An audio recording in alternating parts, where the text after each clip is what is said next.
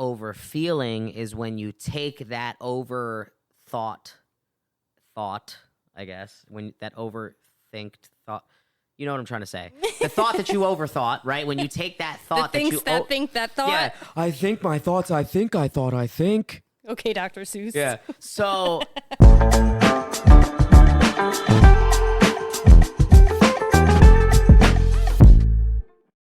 What up, everybody? You are back in tune with another episode of In the Fields podcast. It is your host, Johnny, with my lovely wife, Lisa, and we are back with your weekly dose of the feels, baby. And we are going to be exploring the overfeelers and the overthinkers and how oftentimes overfeeling and overthinking can lead to sometimes filling in the blanks with our own narrative, and how oftentimes, we can almost distort reality.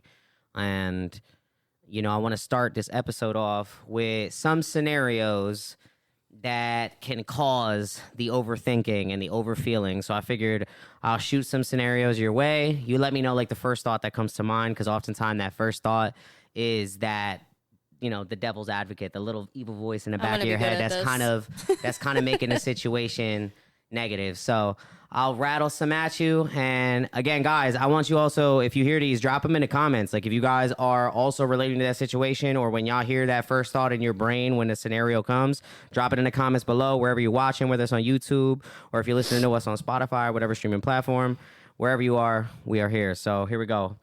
Again, this is for the overfeelers and the overthinkers. Some quick scenarios. You'll respond back with the quick situation or the quick thought or the first feeling that comes to mind. Got it. So you send a long paragraph to somebody that you're communicating with, and they respond with K. What's the worst case scenario overthought here?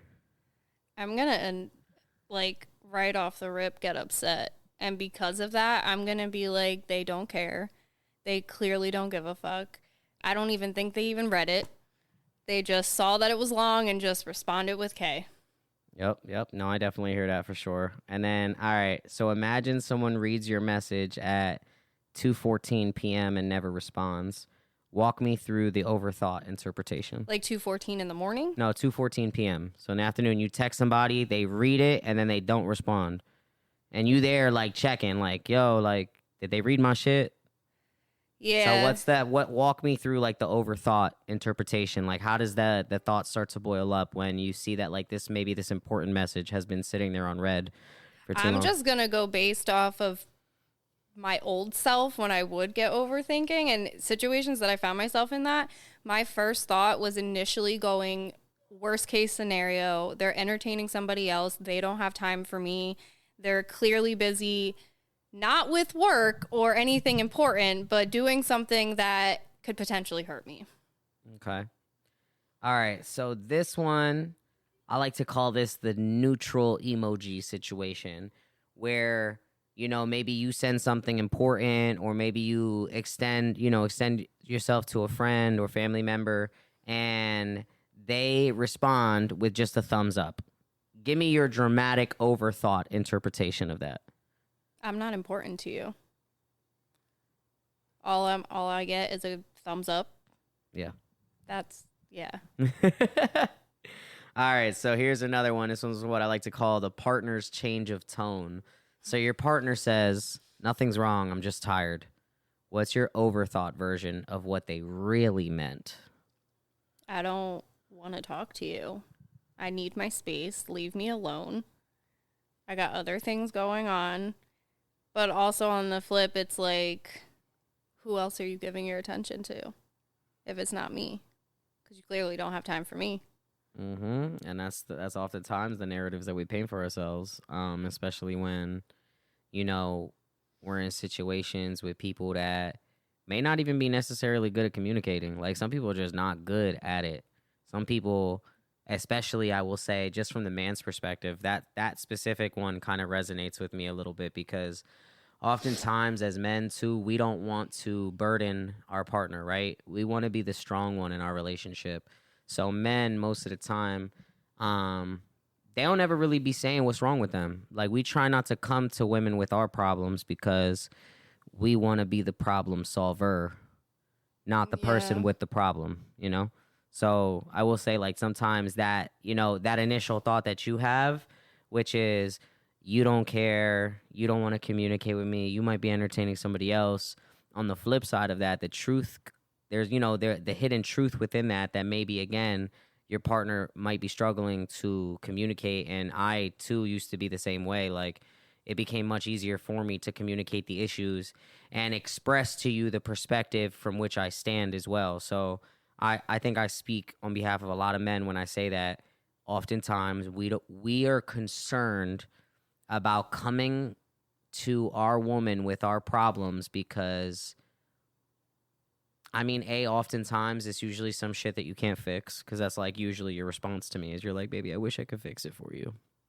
Which, of course, I love that. Which realistically isn't very helpful to you in the moment. No. Again, but that's the thing. Like, I also put myself in a headspace where if I do bring a problem to you, it's not because I want a solution, but because I need somebody to vent to. Yeah. Yeah, I mean, that's like me going to my best friend. Like, I'm not going to hit up Jay with my problem and expect him to solve it. That ain't my man. You know what I mean? Like, so it's like, but again, that's the perspective of being in a man's shoes, is like, oftentimes we are the strong ones. We are the problem solvers, the Mr. I got it. You know what I'm saying? Like, that's oftentimes how we're portrayed. So when we bring problems, the thought of bringing a problem to my partner in a weird way coincides with weakness. And I think that's why men fear a certain level. I think men fear that certain level of transparency, because to be transparent requires you to be vulnerable, and vulnerable oftentimes is associated with weakness. So it's like, we will just be like, nah, it's cool, I'm fine, I'll figure it out, I got it, don't worry about it. Like, shit, I even do that sometimes to this day.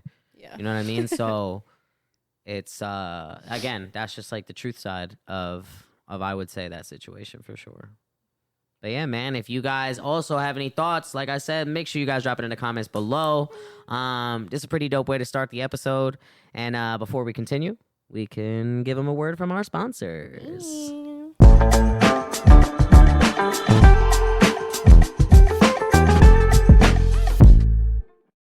You guys already know the vibes, baby. Oulalaid, the best lemonade and the only lemonade that is taking the entire Lehigh Valley by storm. Clock that. Made with natural ingredients, but most importantly, made with love. The man, the myth, the legend, Lashells himself, the creator of Oulalaid. You guys have seen him here on one of our episodes, and we were so grateful to have him. So grateful to have him as a sponsor. We appreciate you guys as always, and we'll forever be pushing the brand and be pushing it as much as we can to help elevate it and push it to all of the feelers, because, again, this is a drink that when you drink it, you can feel it. Oulalaid, baby. That. Make sure you guys go follow them on Instagram at Oula_Laid. Again, Oula_Laid. Tell them Johnny and Lisa sent you from In the Fields podcast. Go get your bottles today, baby.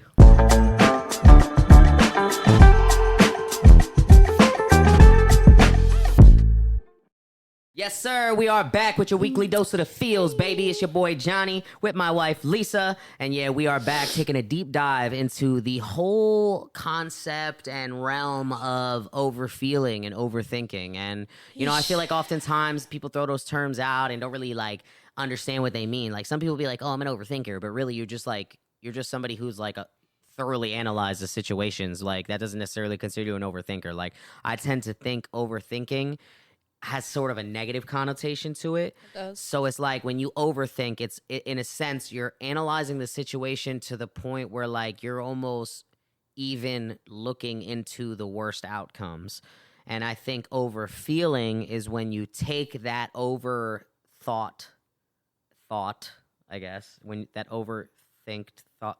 You know what I'm trying to say? The thought that you overthought, right? When you take that thought think that thought. Yeah, I think my thoughts. I think. Okay, Dr. Seuss. Yeah. So overfeeling, though, it's like when you overfeeling is like when you take that thought that you overthought and then you make it into an emotional fact. You know what I'm saying? You were like, it's like you're internalizing the thought, and then you're like, it is exactly what I feel it is. You know what I mean? When you feel It becomes like something. emotional thinking rather than logical because it breaks down basically to your heart is hijacking your logical thinking.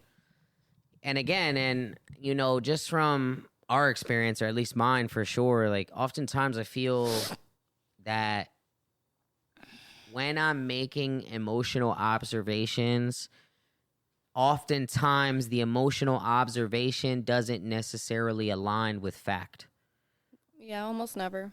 And this is, again, is due to the fact that when we as emotional creatures rely on how we feel about things, we tend to lose the reality of the situation because we're busy painting it however we see fit. And when you have a negative lens on things and you're looking at it again from an emotional standpoint but also a negative one, it creates disaster within whatever scenario you're in. It's like you look at it and there is nothing that can go right there because you've already deemed it to be wrong. So there's no correcting, there is no uplift, there is no upside to this. Everything they're doing is it's like when you look at life through a negative lens and it's like you feel like it's coming at you or like it's happening to you instead of happening for you. Like, if that makes sense, or if I'm getting that point across correctly. Yeah, I mean, from speaking from like personal experiences, like I talk about my like healing journey all the time. And one thing that I've noticed, because for the longest time, I was a very heavy overthinker when it came to everything. And I've learned throughout time that a lot of that comes from like open wounds, unmet needs, and things that like I wasn't addressing. But I've also learned that, when, like you said, when you're looking through a negative lens, you tend to hyperfixate on everything around you that is potentially going wrong. So you're like clouding the ability to even see good in anything.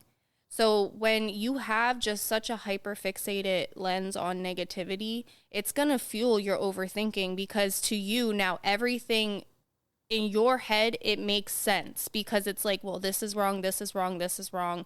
This has to be wrong too. Like it just has to be because it doesn't make sense otherwise. And then you spiral and it becomes like this so clouded judgment on what you're trying to figure out, what you're thinking about, just all of it. And it plays a part in like just keeping you from being able to think logically. It like shuts that part off of your brain because you're just so hyper fixated on all this. You have to be able to take a step back. You have to be able to ask yourself better questions or ask like even the person you're with better questions to get a better understanding of what is actually happening rather than the picture you're painting in your brain. Yeah, and I loved how you said that sometimes the heart can hijack the mind because even in those moments, especially when you're dealing with some sort of pain or maybe you just experienced a traumatic situation, like if somebody, like a breakup or something, like somebody you love hurts you, now it's like, when that starts to happen, or You move with caution. when that does happen, like somebody you love hurts you, now because of that has put you in a position where now you don't know who to trust. Now your reality has become distorted because of this trauma, because of this pain, and now it's everybody's out to get me. It's to the point where love. even where like kindness, even where people's kindness can get This ain't misconstrued. real. Yeah, it can get misconstrued as some sort of, what are you doing here? As some Who sort of sent you? Right, exactly. like even people's kindness can get distorted and misconstrued as some sort of like, this is a test, right? Like this is to trick me. This is to like knock me off, or like you're not really this kind. You're just trying to finesse me. You're trying to put love blinders on me, and I don't like that. Yeah, so it just really sucks when you start to overthink and you start to overfeel because, again, oftentimes it's not rooted in logic. It's not rooted in fact. And I love that you brought up the point where you need to start asking yourself questions to avoid the spiral, right? Like instead of spiraling, like unpack shit.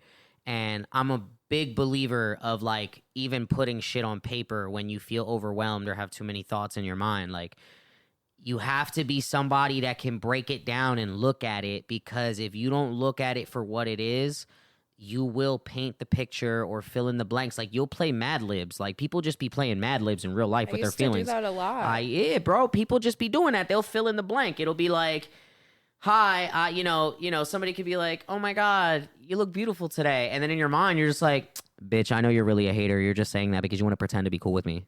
Well, Like, you know what I'm saying? Or like, some dude could be like, "Oh shit, yo, bro, yo, those kicks is fire," or some shit, and they'd be like, "Yeah, nigga, you trying to rob me?" You know what I'm saying? Like, it just be weird type of behavior that oftentimes is associated with that, overthinking and that overfeeling. Well, what I think was crazy, like realization for me, was I was such an overthinker when it came to everything. I questioned everybody's motives. Everything was like questionable to me. And when I lived there, it felt like that was just normal. Like that was a normal way of me thinking. For me, that was logical thinking. I was protecting myself. I justified thinking the way that I did. To me, it made sense. But now where I am, it still happens. And I take accountability for that. And I'm still working through it. But I notice a significant decrease of that happening, especially within certain scenarios and situations where I know previously I would have overthought it, but now I don't. Now I am able to like deal with it in a logical way, like certain situations with friendships or even with me and you. Like one of my biggest things, again, breaking it down to like it tying in with open wounds. For me, I was somebody that was cheated on a lot. So in a lot of situations with you, I always thought like you were out here doing me dirt. And that was one of our biggest fights because you're like, I'm not doing anything. But in my head, I'm like, I feel it. It has to be real. But now I could go almost all day without talking to you and not have a single thought that that's even a thing. And now when looking back, I'm like, wow, like I wasted so much of my time worrying and fearing the worst when I could have just been chilling. Like, to me, looking back, I'm like, damn, like that was so unnecessary of me to do that. But I also understand it on a deeper level now of like, why Yeah. I was like that. Well, you were conditioned, in my personal opinion, and I mean, that's just from me being with you. Like, when I got with you, I met somebody who, it's like, here's the thing. It's like when you burn yourself on the stove or something like that, it's like you still got to eat though. Like, so you're not going to just stop cooking. You know what I'm saying? The same thing with relationships. It's like, I truly believe that the desire for love doesn't necessarily just go away. But sometimes some people get tired of burning themselves on the stove. So you get to a situation or you get into another situation with somebody where you're like, okay, I'm going to give this another chance. Yeah, I'm gonna fucking burn myself. You know what I mean? Like, you're so concerned. You know what I mean? Or it's like, when you fall off your bike all the time, it's like, yeah, you get back on the bike because you want to get back on the bike, but like, there's that fear that sometimes like you're white knuckling because you're just so worried, you're so concerned, and it's like it ends up becoming a desire for control, because yeah. only control, you feel like only It's control safe. is safe. And it becomes impossible to really flourish in a relationship when your desire is control versus peace, and again, that's becoming overly saturated in the overfeeling and the overthinking, and becoming conditioned to think that love is associated with pain. And even the way we grew up and seeing our parents and these two people who loved each other, but dad is an abusive person, or mom and dad are always yelling and I'm in my room at night while they screaming at the top of their fucking lungs. You know what I'm saying? So it also, we have to also take a step back from the conditioning and the prior examples that we have and really ask ourselves what we want from love. And again, maybe I'm just bringing up what you said before, which is kind of like asking yourself the right questions, is like, what do I want from a relationship? What is it that I'm looking for? Like, I want that essence of comfort where it does feel like a safe space. I don't want to have to question or control, or I want to just be. Yeah, just I want to be Yeah, I want it here. to just be, and It's a two-way street though. Like you have to realize when you're in a relationship with somebody and you sit down and have these open communications of like these things that you want and need, and you have to feel it out whether or not that person is willing to work with you on those things. Like, is this going to be a team effort or is it still going to remain one sided? Because you also can't stay in a relationship forever hoping that things will change and only you're the one that's trying to change.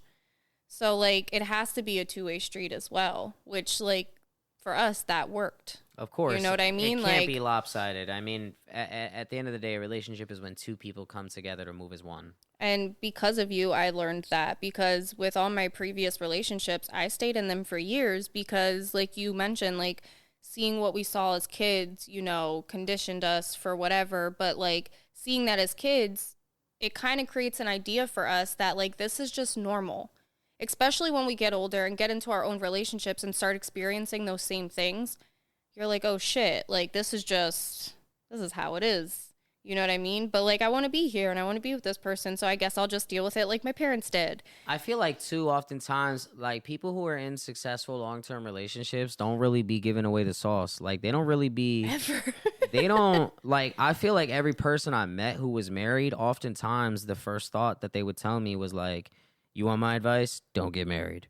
You know what I mean? So it's kind of like it's weird, to be I guess creating your own norm of what love is supposed to be, because I feel like I've had all these examples in my life, but then when I'm thinking about how those examples, influence my relationship, like oftentimes I find myself not being anything like the examples I had growing up. Oh, 100%. Except for my grandparents. Those are like the only ones that I could like But see. even then, Grammy got, that's not Grammy's first hubby, you know what I'm saying? Like, But he is who I've known my whole life. fair enough, but she's also lived a really long time, to be fair. So she's double your age. So it's like, I love you, Graham. I love you, Graham. But like, again, even in that respect, like she was in a relationship at one point and it didn't work out. And I'm grateful that she found somebody because I love Pappy. That's my guy. And shout out Sakamoto days. And and I love Grammy too, you know what I'm saying? I love how they are with each other. Like even their playful banter They and are like very fun. and how they fuck with each other. Like they're very like best friends too, you know what I mean? So But I know that's something that was built. Like they had to put in the work to build that. yeah, and often I was that brings back to my original point, which is like oftentimes I feel like people who are in these long-term successful relationships, they don't really give out the sauce. Like they don't tell people like, hey, like real love requires a ton of forgiveness. There can't be room for overthinking and overfeeling because you guys have to be able to come together and make sound decisions that not only impact yourselves as individuals, but impact your relationship and also impact the people around you, such as your kids and even being around friends and shit like that. Like, we can't be having tension and weird shit going on between us and then us go hanging out with friends and us acting like that in front of people. Like,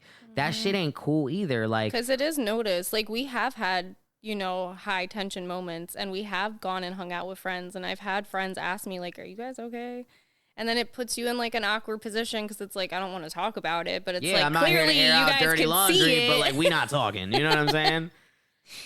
Yeah, that's when you'd be like, no, everything cool, yo, let me get a shot. Yeah. That's literally like our go-to. It'll be like, yeah, what about a relationship? Nothing, we ain't talking about that. Cheers. You know what I mean? So Crazy times. and again, that's everybody has their own different outlets and their own different ways, but to me, like, I think overall what I learned the most in throughout all of this is, as much as we can sit here and think of all the worst case scenarios and think of all the bad outcomes that are possible, that would also pose the idea that we could also think of all the amazing things that could happen. Like, Speaking and of like, that. what if it, because oftentimes overthinking and overfeeling ties itself into what if it goes wrong? What if it doesn't work out? I was going to say. What if it is this bad shit?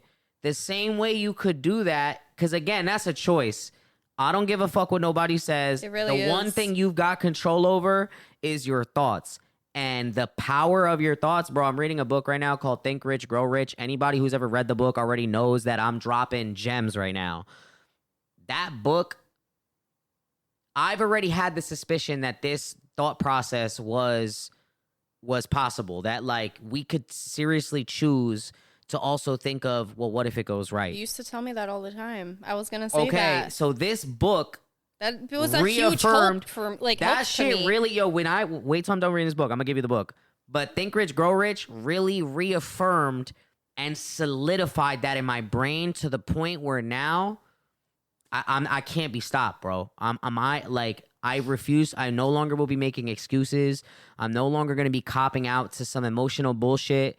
I'm really about accountability, positivity, and just always doing whatever we can to push forward, because Your mind is so powerful.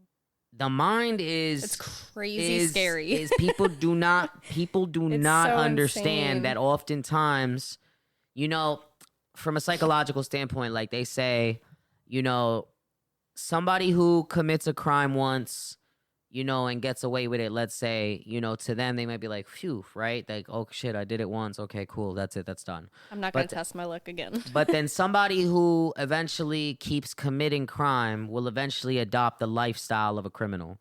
And that's just because if you keep doing it and you keep subjecting yourself to that lifestyle, eventually, and statistically and psychologically, if you continue to commit crime, you become a criminal. Like, you eventually live the lifestyle of a criminal. Diddy.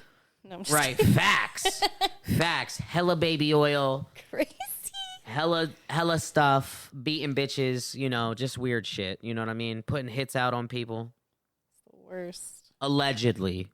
I know we're supposed to say that. ... Allegedly. Case is still pending. Here's what's crazy to me about the Diddy case. Sorry to get Side off quest. topic. How the fuck you in a RICO case, but you're by yourself? Yeah. Rico is supposed to be, we caught everybody that was in the system. That's probably why that charge got dropped, because nobody else's name was How the fuck brought you up. got a RICO charge and not another single person is in the case? That's crazy to me. Also, arson. Hello, you blew up Kid Cudi's car. That's insane. Chill. Actually, I was so invested in this case, we should make a whole episode about it. Okay, cool. So then we're gonna next we're gonna have to go down the Diddy rabbit hole. Because I went down a deep Y'all ass heard it hole. here. Y'all heard it here first from the wife. This week, y'all gonna get overthinking, overfeeling. Next week, you getting the diddler riddles. Okay, you getting the diddle riddles. Okay, you getting That this. man's crazy. I'm gonna hit you with the Diddy gritty. You know what I'm saying? So yeah, next week we'll take a deep dive into that for sure. I know we got to talk about it. Everybody's talking about it right now. So it'll be just something we definitely explore. And we're not just going to make it comedy. Of course, we will explore all the feelings and things like that. Like, I think we should explore and talk about, like, maybe why Cassie stayed during all this shit. Oh, for sure. That, to me, is something that I think is super relatable because a lot of people have I've been in stayed. an abusive relationship for 5 fucking fucking years. We just talked about our elders and previous, family members that have been involved in that shit. So, Yeah. yeah, we'll definitely take a deep dive there. But yeah, man, I'm just I'm convinced now, and I'm not done with the book, but I'm convinced now that the life you live is truly dependent It's what you on choose. the thoughts you give. The life you live is dependent on the thoughts you give, and The choices you make. the choice is yours. You could get with this, or you could get with that. You could get with this, or you could get with that. Sorry. But yeah, I'm a huge believer in that. And again, oftentimes we don't know any better. We are conditioned to assume the worst. People, I've heard that phrasing so often growing up that it's like, sometimes you got to prepare for the worst. You never know. I was always taught prepare for the worst, but pray for the best. Right, and that's cool, but like, that's like telling me, like, that's like saying, like, yo, when you in a relationship with somebody, be prepared to go to war. So I gotta sit here while we're in our home, a place that's supposed to be peaceful, and you got your fatigues on and your fucking gun and your helmet and you're ready to fucking go to war. But nigga, for what? For what? What are we doing? This is supposed to be the base. This is a safe space, peace. This is a peaceful place. Why are we preparing for war? With who? Well, what did it for me was, again, like being always taught, oh, prepare for the worst, but pray for the best. Growing up and like through my young adulthood and stuff, like, sure, that seemed like a great idea, especially because times were rough for me back then. So to me, it made sense. However, I feel like a big key aspect that I've been learning is that, like, it's really important to teach yourself. Really ask yourself what kind of life you desire. What do you want out of life? How do you want to feel throughout the rest of your life, especially as we get older, because there is no stopping it. We all have an expiration date at some point, which we don't know when that is. If we're always preparing of when to die, when do we ever really live? You know what I mean? Like, that's a big thing that I never even really thought of or considered, but it wasn't like, and I know I'm so repetitive and like, I'm sure it's annoying, but like going through your healing journey is so fucking important. Yeah, but that's not repetitive or annoying. I just want to be clear. I don't even want you to think that or frame it that way, because but I just that is preach the premise. it. I know that I just preach it but so it's not, much. It's not even preaching, baby. This is our platform, my love. This is what we created, because this is something we want people to listen to through that journey, you know? And it's not repetitive. You're not being preachy. You are the angel on some people's shoulders. I just hate that, like I really strive to be the person that I never had, and just be there to be so reminding to be kind to yourself, give yourself grace, give yourself that patience, because when you are at rock bottom and you think this is it, it's not. You have every opportunity to change that and get yourself out of it, regardless of how hard it feels. Because I've been there. I've been at rock bottom thinking that, like, my life is over, this is it, whatever. Causing that overthinking to spiral. But it doesn't have to be like that. You can just ultimately change, like, your perspective on the entire situation. And like you've always said, like, but what if it goes right? And the second you start continually doing that with yourself, asking yourself, okay, what are the facts that I actually know? What are the more valuable questions that I can ask before I even allow myself to spiral?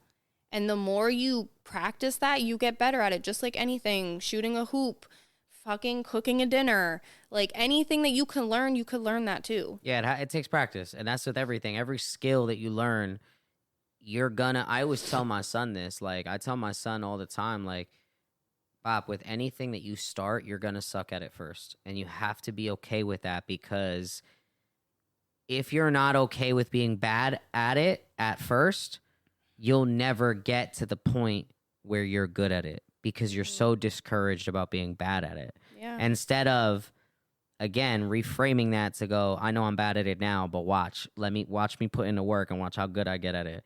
It's kind of like how it was when I first started jump roping. Like, you've seen me, like, I would mess up so many times. I couldn't switch legs or anything like that. I couldn't do it fast, nothing. I was like just hopping up and down like a bunny.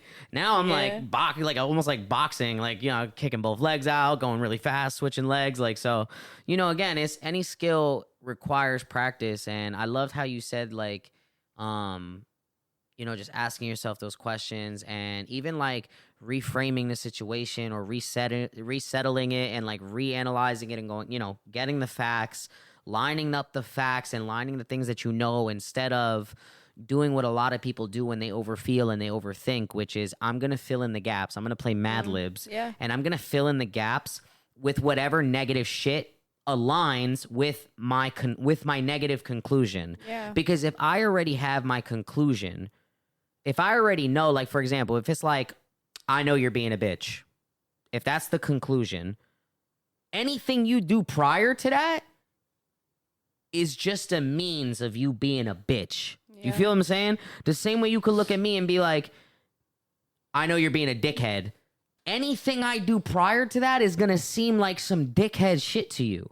So it's like, even if I'm like, you know, if in your mind you're like, nothing you say or do is gonna fucking help me, then that means no matter how kind I'm being, no matter how nice I'm being, no matter how solution driven, doesn't matter. All of that just seems like a means to be a dickhead. Yeah. And vice versa. You know, it's like, if I feel like, you know, this person's being an asshole or you're being a bitch, it's like anything you do prior to that just seems like, oh, why are you serving me dinner? Did you poison it?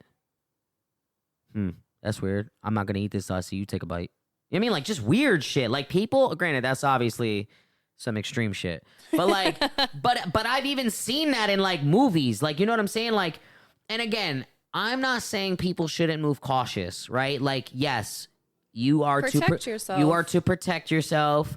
I understand that around strangers or like in settings, like for example, like when I go out, or if I'm like at like, if I go out to like, and let's say we're getting lit at like somebody's house that I've never been at, or maybe at a club I've never been to, or like we're around people I've never been around, like, yeah, 9 times out of 10, I like to hold my drink. I don't like to just leave my drink sitting unattended because I'm weird about that kind of shit. You know what I'm saying? Not that like I feel like anybody would date rape me, but like, you know, I'm cute. My wife says I'm handsome.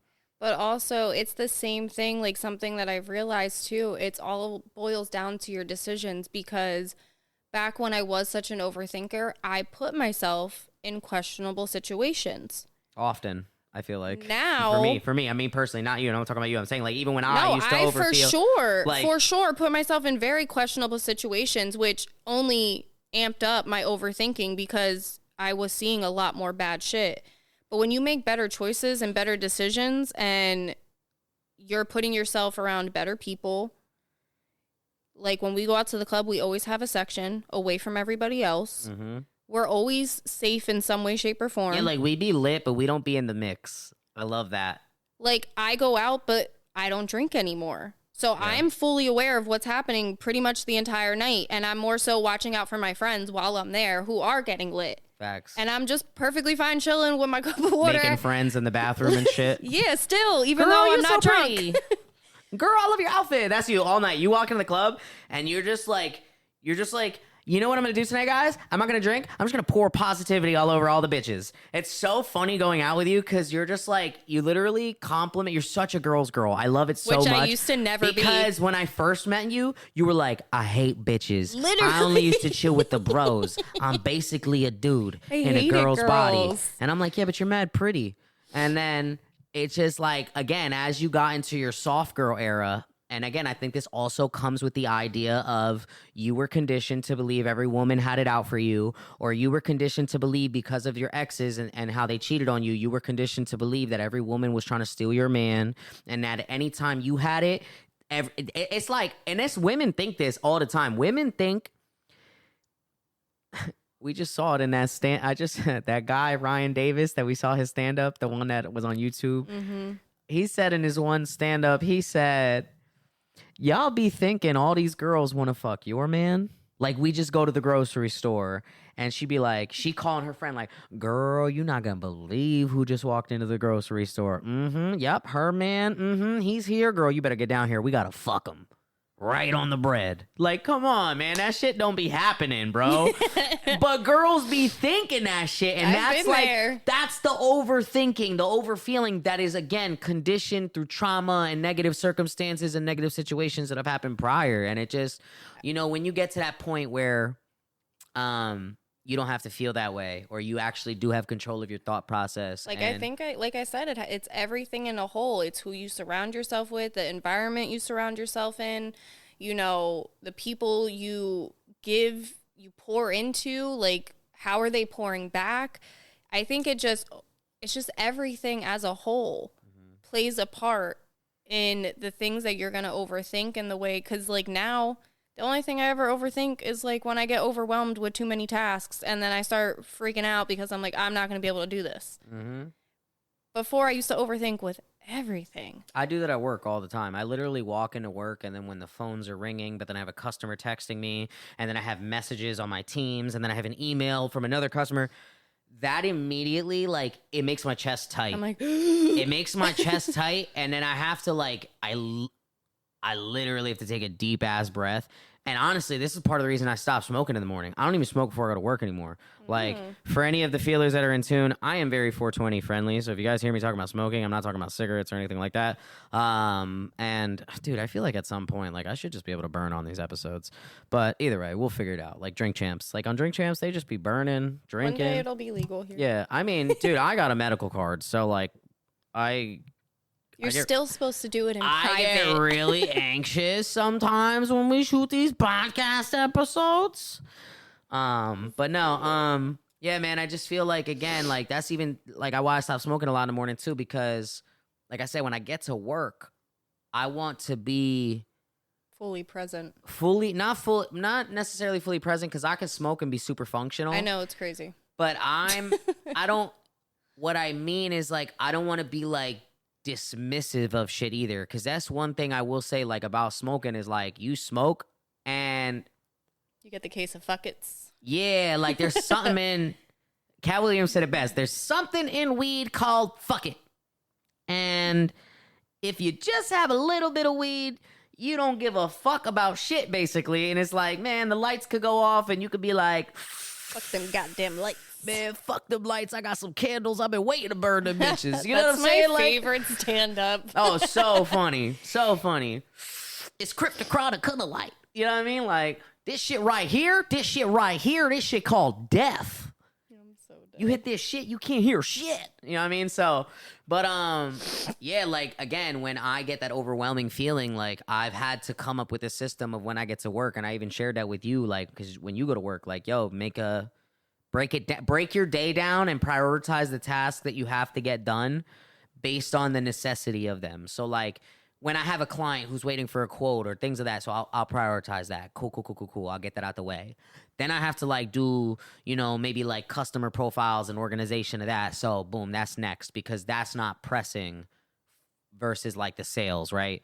So it's like things of that nature just really help with the overthinking and the overfeeling and just feeling overwhelmed by all those thoughts and emotions. Yeah, for sure. I like that. Hell yeah, man.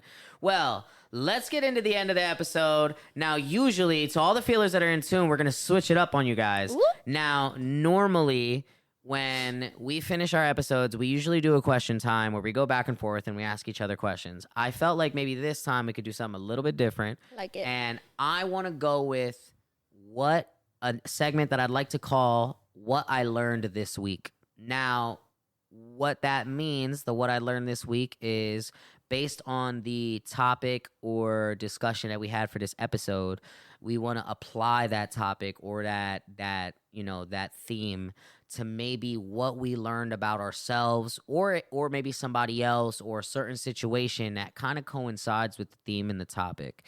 So I will let you take it away. You want to go first? And then ladies first, because mama raised a chivalrous man. You already know I'm a gentleman, but not a gentleman. Sorry, that was dumb. That was dumb. Shout out to my brother for that one. Go ahead, baby. Talk to me. Tell me, what have you learned this week, baby, especially when it comes to overthinking, overfeeling, things of that nature? That I still struggle with it at times. I feel like I've been on a good ride of, like, that not really affecting me, and I've just been, like, chilling, smooth sailing through life and just being in my happy little bubble and just content, because for me, like, that shit's exciting because I put a lot of hard work into healing a lot of those aspects about myself. So when I get to a very comfortable place and it's pretty consistent for a while in my head, I, like, almost try to convince myself, like, you're healed, you're good, yada, yada, yada. But then when, you know, like last night, for example, I got myself in a situation where I got very overwhelmed, very stressed out. I started overthinking about all these things.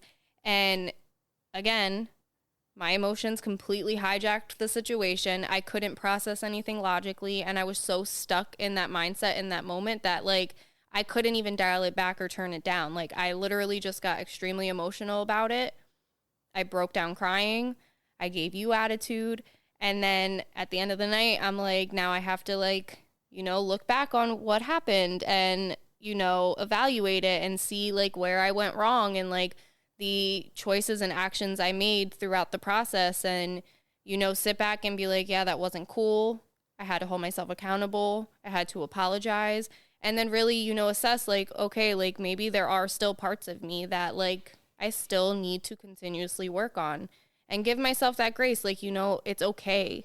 You have way, way less moments than you used to have. So, give yourself some credit for that instead of just like wallowing in it like where I used to, and just be like, well, fuck it. This is just who I am. Like, I'm just so miserable, and like talking down about myself. I was able to better understand and be like, that's not who I really am. I know I'm better than this. I know I can do better than this. I need to, take the advice my husband's giving me and try to apply it instead of trying to shut it down, and just really just calculate it in a better sense. And that's one of the reasons why, like, I can resonate with this episode very easily, because it was something very problematic for me, and now it's something that might happen here and there, but I'm able to get through it a lot faster. I'm able to hold myself more accountable and apologize easier, and just address the situation at hand and just move. And that means a lot for me. Hell yeah, man. I like that. I'm proud of you. And I want to just pull the one part that you said where, mentally you tell yourself, like, I am healed. I am capable. That, and I hate to keep referencing the book that I'm reading, but it is one of the biggest things, is that you have to put yourself in the mindset of, you have to really believe it. I don't want to say fake it till you make it, but almost in a sense, you have to put yourself in the mindset that you already have whatever it is that you are out to obtain. Yeah, I've so been whatever that a is, whatever this, because everybody I know, like if y'all close your eyes and you just visualize whatever it is that you're trying to grasp, whether it's a more healed, way of living, whether it's a monetary gain, whether it's, some sort of epiphany, or whatever the case is, whatever it is that you're really trying to obtain, you have to visualize yourself deeply, deeply already having it. Like, what does healed Lisa look like? That's the person, whatever that image that pops in your brain, that's how you need to move every time. What would healed Lisa do? And I love that you brought that up, and that you said, like, I envision myself like you are healed, like you are capable, you are strong, you are resilient, you are able to get back to baseline. Like, I love that, I love that for you. So one of my biggest things right now in my healing journey is really focusing on manifesting and what that means, and all of like what you just said. So yeah, that's huge. That's definitely huge. And oftentimes they don't tell us how to really do it.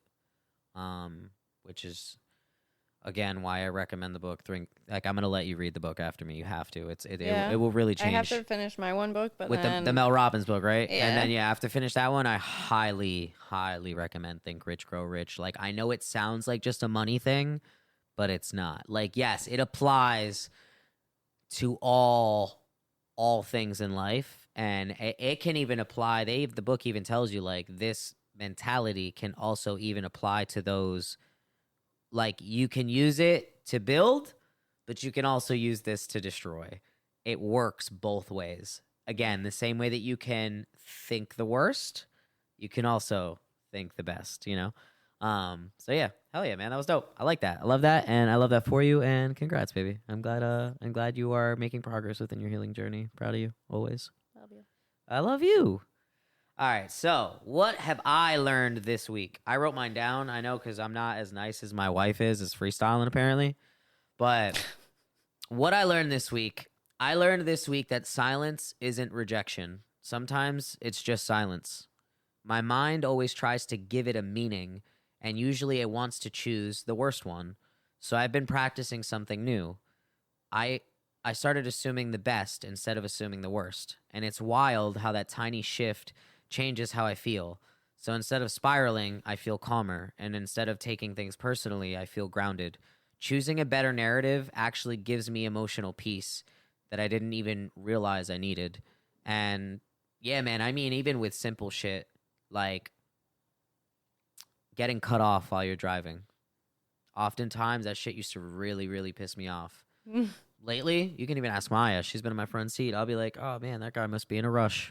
I hope Yeah, he gets. your road rage was I hope he gets to where he's got to crazy. get to. You know what I'm saying? Like, again, I'm so tired of assuming the worst out of people because that just means that I'm taking it upon myself to paint this person out to be a bad person.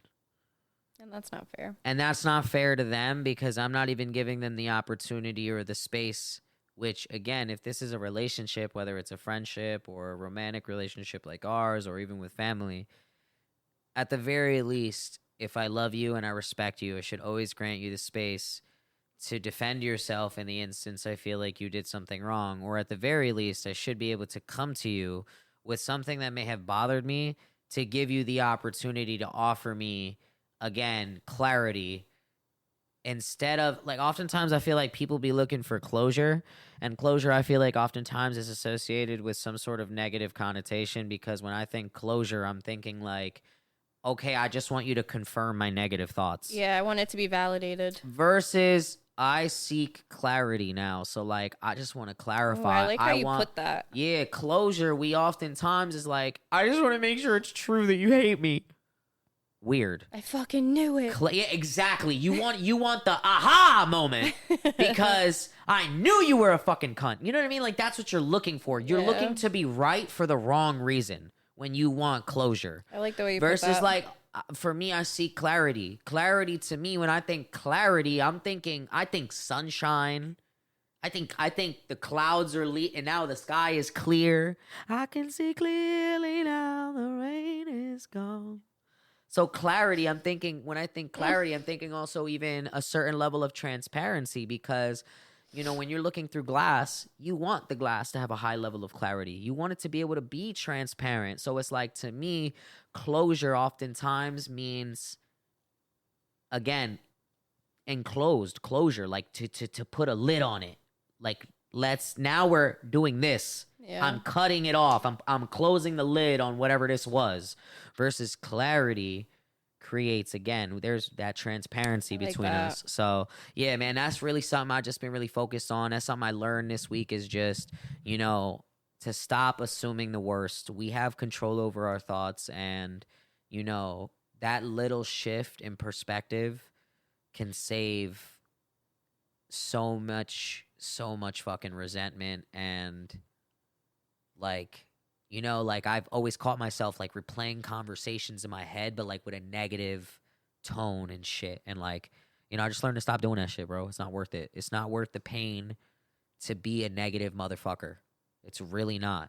And as much as people, and to be fair, the people that I see who choose that way of life ain't got shit going for them. Yeah. I ain't never met a negative motherfucker that ain't a poor, broke motherfucker. Again, it's all about everything. I ain't never met a negative motherfucker who's been a fucking a gajillionaire, or somebody who is like, you can't be a negative person and be a leader. You can't be a negative person and fucking and you know, strive for greatness and success, because again, within that negative mentality becomes, you know, you generate self-doubt and all these things. And again, I just never met a negative person who's been on the top of their game, you know what I'm saying? Or who's been somebody that has had a dramatic impact on everybody's lives or things of that nature. Oftentimes the people that I like to associate myself with are people who have that positive outlook and, again, who just make positive choices, not just physically,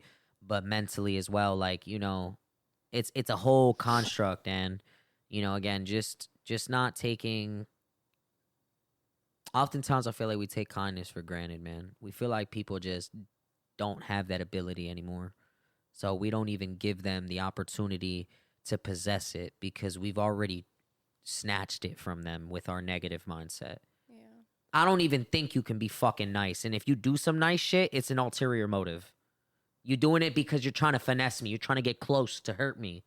You know what I'm saying? Like, that's such a shitty way to think, man. And I just, again, choosing those thoughts and choosing positivity and choosing to, again, assume the best instead of assume the worst, that has just helped alleviate so much stress for myself. I love that. Hell yeah, man. All right, guys. And hug. All right, guys. Well, you know how we finish every single episode. We like to leave you guys with a question that you guys can answer in the comments below, whether you're watching this on YouTube or on the socials, because at the end of the day, you never know when the why in your story is silent and becomes our story. So our question that we want to leave you with is, be honest. What is the most ridiculous thing you ever overthought or overfelt? Again, drop it in the comments below. Until next time, guys, keep feeling, Keep sharing, and keep it real within the feels.